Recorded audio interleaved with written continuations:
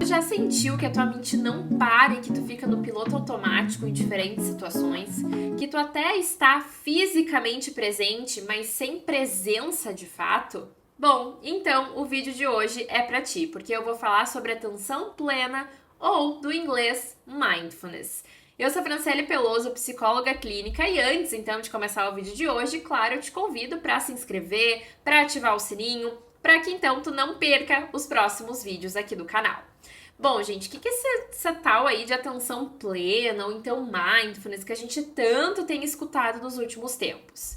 Basicamente, a definição de atenção plena é composta por dois pilares principais. O primeiro deles é o pilar de manter a atenção no momento presente, no aqui e no agora.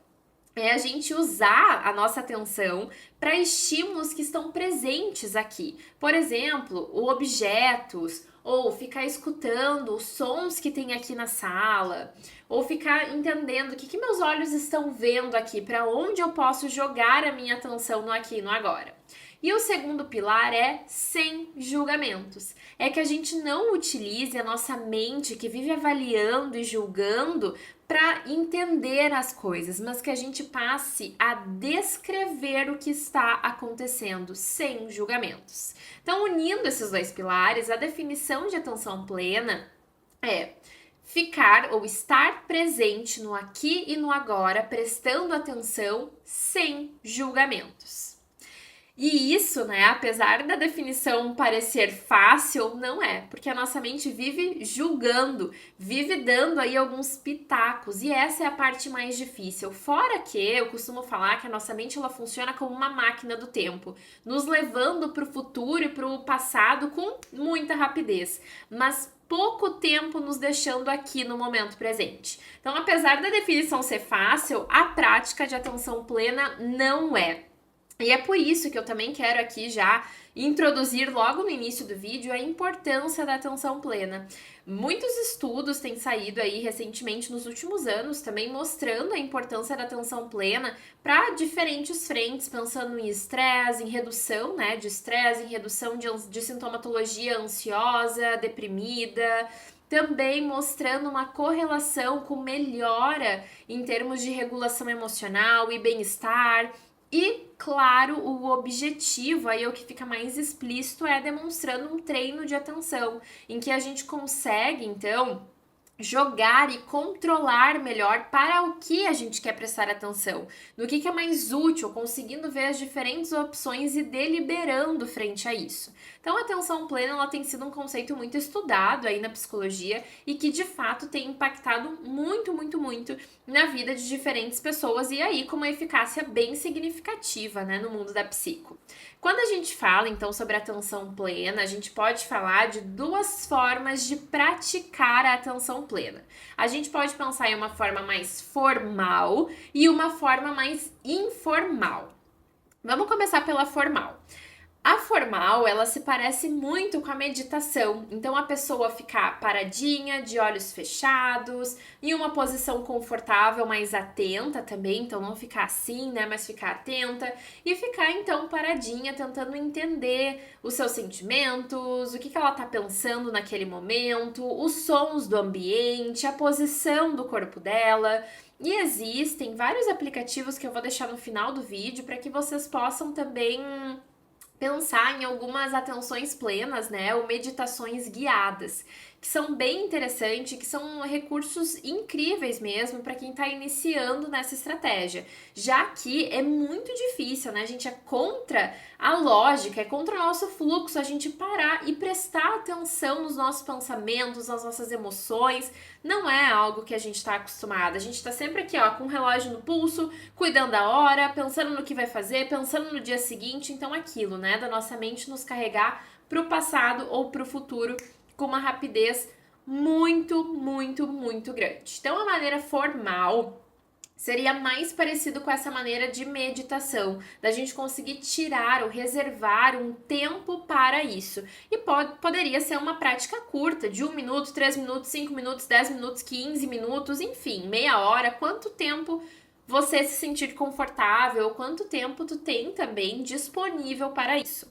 Já uma prática mais informal é uma prática em que atentamente eu estou prestando atenção naquelas coisas que eu estou fazendo no meu dia a dia. Então, por exemplo, uma prática informal de mindfulness que a gente utiliza muito é durante o almoço ou durante comer, né, qualquer coisa, ou beber água ou beber café. Qual é a ideia? É que a gente consiga usar os nossos 5 sentidos para conseguir então ficar ali no momento presente como se fosse uma âncora. E aí a ideia é, então, enquanto a gente está comendo, almoçando, né? Às vezes a gente está almoçando e está olhando TV e está olhando um vídeo. Talvez esteja acontecendo agora, inclusive. Ou a gente está então pensando no que a gente vai fazer depois do almoço, enfim. E aí a gente não tá atentos de fato ao que a gente tá comendo. A gente tá presente, mas sem presença de fato. A gente não tá olhando pro alimento, vendo as cores do alimento, sentindo de fato aquele alimento da nossa boca. Inclusive, se tu tá almoçando ou comendo alguma coisa aí neste momento, pode ser um momento de pausar o vídeo e tentar perceber assim, tá, o que que eu tô comendo? Eu tô saciado? Qual o gosto desse alimento? Qual a cor desse alimento? O quanto eu gosto dele? Esperar, experienciar, assim, o momento presente da alimentação.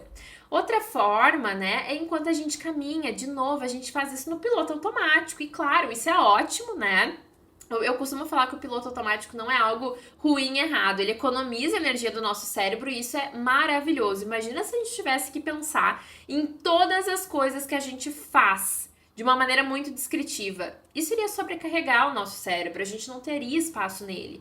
Mas a gente pode tentar colocar luz também nessas coisas de piloto automático, como o caminhar, o dirigir, o olhar para os lugares que vocês passam, que vocês frequentam e treinar esse olhar mais atento, treinar a partir dos 5 sentidos, essa ancoragem com aquilo que vocês já estão habituados. E vocês vão passar provavelmente a notar coisas diferentes.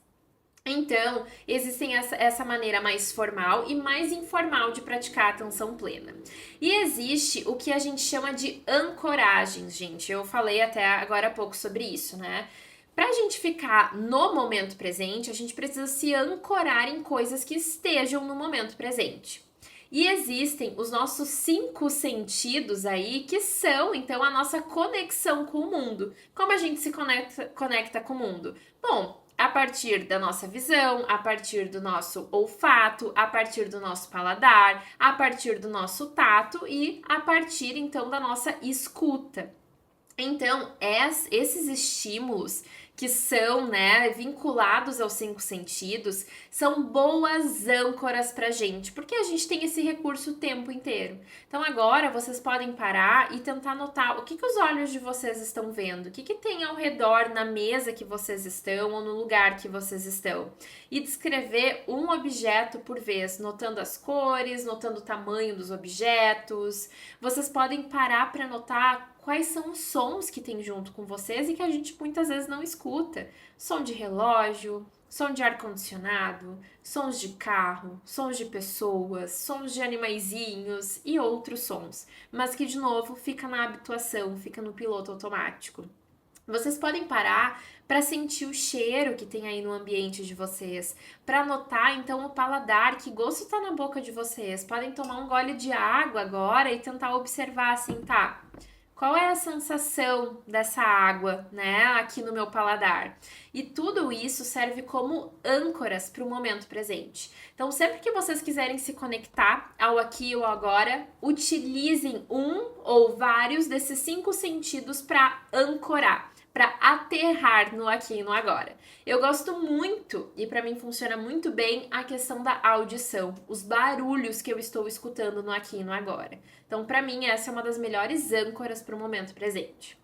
Outra âncora, que é bem importante, que tá com a gente 24 horas por dia, é a respiração.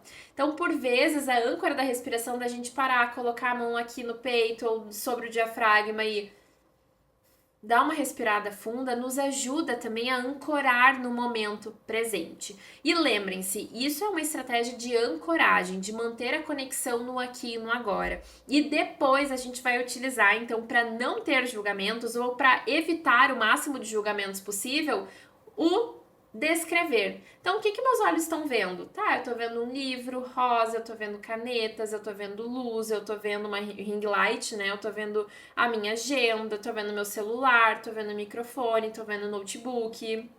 Mas sem esse julgamento que a minha mente diz, nossa, a mesa tá bagunçada, esse livro é ruim, essa agenda não tá legal, tenho muita coisa para fazer, meu Deus.